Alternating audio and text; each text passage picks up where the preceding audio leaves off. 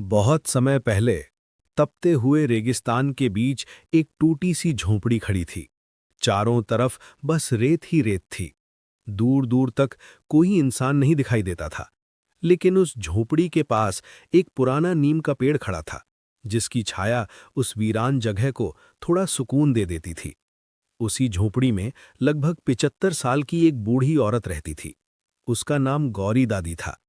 इस सुनसान रेगिस्तान में उसका कोई अपना नहीं था। बस कुछ बकरियां थीं जो उसका सहारा थीं। झोपड़ी के पीछे एक छोटा सा तालाब था, जिसमें बहुत सारी मछलियां रहती थीं। दादी उसी तालाब से मछलियां पकड़तीं, कुछ खातीं और कुछ पास के बाजार में बेच आतीं। इसी से उसका गुजारा चलता था। कई साल पहले यहां उसका पूरा परिवार रहता था। लेकिन एक दिन ऐसा भयानक रेत का तूफान आया कि सब कुछ खत्म हो गया। जब दादी को होश आया तो आसपास सिर्फ रेत ही रेत थी।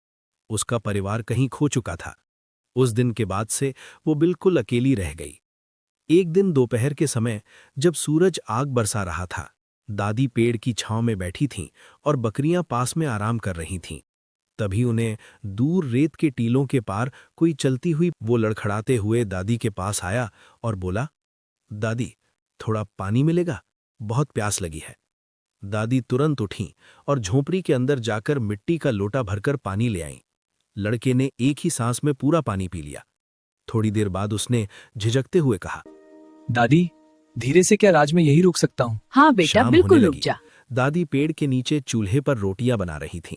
पास में वही युवक बैठा उन्हें ध्यान से देख रहा था। उसकी आंखों में एक अजीब सा भाव था, जैसे वो किसी राज को छुपा रहा हो। दादी ने उसे रोटी, दूध और मछली खिलाई। रात होने पर दोनों झोपड़ी में सोने चले गए। दादी चारपाई पर सो गईं और लड़का एक कोने में बिछे बिस्तर पर लेट गया। लेकिन उस लड़के की आंखों में नींद नहीं थी। वो धीरे धीरे उठा और दादी के पास आकर खड़ा हो गया। कुछ पल तक वो उन्हें देखता रहा, जैसे किसी पुराने चेहरे को पहचानने की कोशिश कर रहा हो। अगली सुबह वो तालाब पर गया। तालाब बहुत सुंदर था और उसमें बड़ी बड़ी मछलियां तैर रही थीं। दादी भी पानी भरने आई और बोली, सावधान रहना बेटा, इस तालाब में एक बड़ा सांप भी रहता है। लड़का थोड़ा डर गया, लेकिन मुस्कुराकर बोला, दादी, आप यहां अकेले रहती हो, आपको डर नहीं लगता? दादी हंसते हुए बोली, डर अब मेरे साथ रहने लगा है बेटा, इसलिए डर नहीं लगता। दिन गुजरता गया।